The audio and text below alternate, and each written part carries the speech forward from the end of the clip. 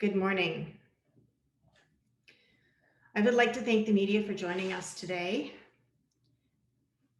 and for members and stakeholders tuning in via Facebook. My name is Beth Potter, and I'm the President and CEO of the Tourism Industry Association of Canada, a member of the Coalition of Hardest Hit Businesses. Before I start, I would like to first take a moment to acknowledge the ancestral and unceded territory of all the Inuit, Métis, and First Nations people that call this land home from coast to coast to coast. We extend our respect to all First Nations, Inuit, and Métis people for their valuable past and present contributions to this land. Now for a few housekeeping items before we proceed. First, during the press conference, we will only be addressing media questions.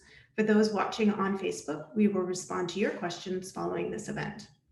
Second, presentations will be made in English. However, French questions are more than welcome by media during the Q&A portion. And finally, after our comments conclude, we ask media to raise their hand if they have a question, and I will call on you in order. And you may direct your question to any of the panelists on today's call.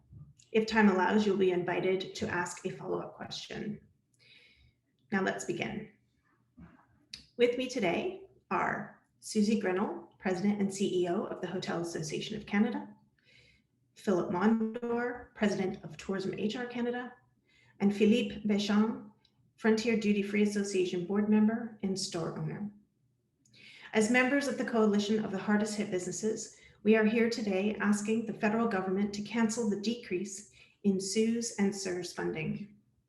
The tourism industry in Canada was the first hit and the hardest hit because of the pandemic, and we will be the last to recover.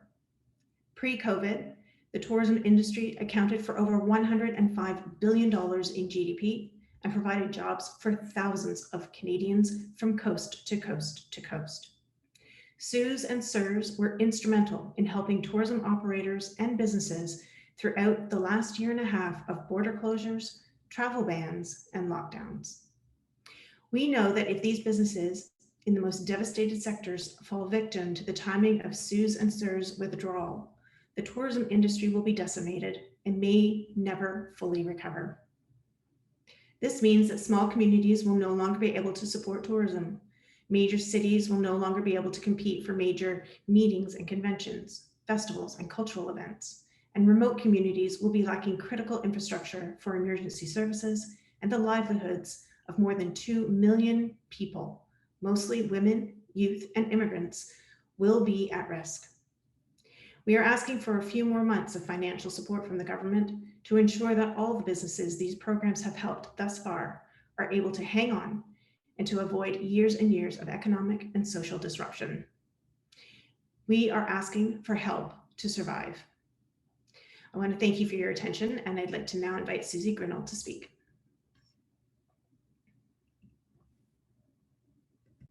Thank you, Beth. Thank you for being here this morning. My name is Susie Grinnell, and I'm the President and CEO of the Hotel Association of Canada, and one of the founding members of the Coalition of the Hardest Hit Businesses. This coalition was created in September 2020 to represent businesses in the travel, tourism, hotel, arts, culture, and major events industries that have been disproportionately devastated by the COVID-19 pandemic. If not for the government's CEWS and CERS programs, countless members of the hardest hit businesses would have already closed their doors permanently. These investments have kept hard-hit businesses afloat for the past 16 months, and we are grateful to the government for this support. But today we're here to talk about the end of these support programs. According to our survey of the coalition members that closed on June 30th, as many as 60% of the hardest hit businesses in our sectors, representing 1.2 million employees, predict that they will fail before the end of the year. We cannot let this happen. Budget 2021 announced that beginning this past Sunday, July 4th, CEWS and CERS would rapidly decline and then terminate in the fall for all sectors of the economy. This policy was justified by the fact that most industries should be well on their way to recovery by then and will not need continued support. And this might make sense for 90% of the economy, but not for us.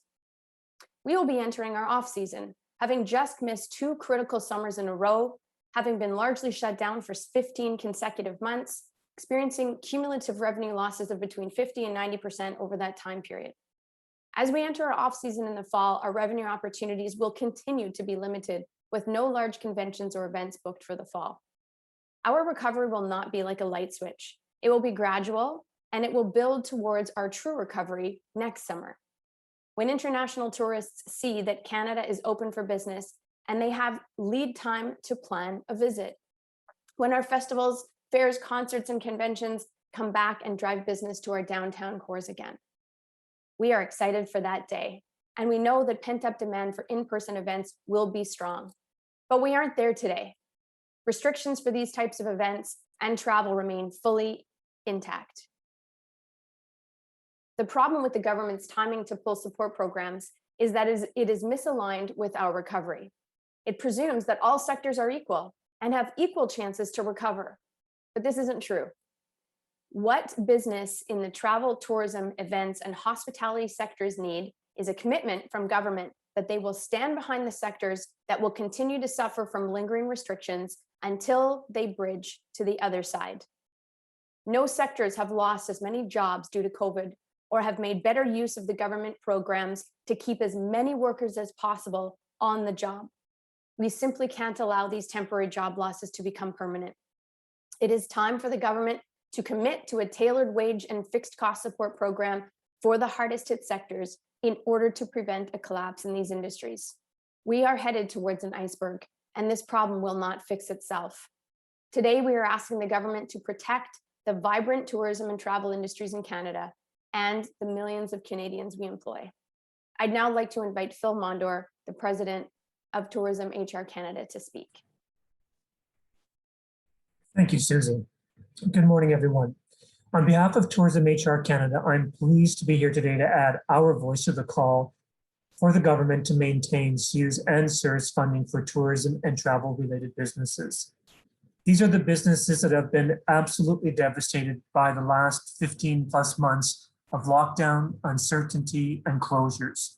Before COVID, the tourism industry was a strong job creator for the Canadian economy and employed millions of Canadians, especially new Canadians, Indigenous peoples, young people, and women. For many, it has been the reliable pathway to get a strong foothold in the Canadian economy. Recovery for this industry will be long, difficult, and uneven. These cash-strapped businesses are eager to take on more workers, but cannot afford to do so without a sustained level of wage subsidy, since the industry will likely not see revenues until sometime next year. Without CEWS, recovery for the sector and its impact on the economy overall will be hampered. Programs like CEWS with the right level of subsidy are essential until tourism businesses can become financially stable again. Survival for most has only been possible because of added loans and greater debts, but this is no longer sustainable. Now, while the recovery hiring program is an optimistic move to help support rehiring efforts now that we're moving towards reopening, the program as it stands is not well suited for the tourism industry. The timing, level of subsidy, complexity to access the program, and the fact that it's not applicable to furloughed workers means that many tourism businesses will not be able to take full advantage of a program like this. Programs like CEWS have already prevented the loss of over 100,000 additional jobs in the accommodation, food and beverage sectors, and we know these businesses still need help. At its peak, 928,000 workers from more than 45,000 businesses in this sector benefited from CEWS. A few more months of financial support will avoid years of social and economic disruption. We're hopeful that the government will continue to support the sector by maintaining CEWS and CERS with sustained subsidies at levels that will enable businesses to survive the lean months ahead. The right program will help keep workers we have, prevent permanent job losses, while helping businesses hire more workers. Thank you.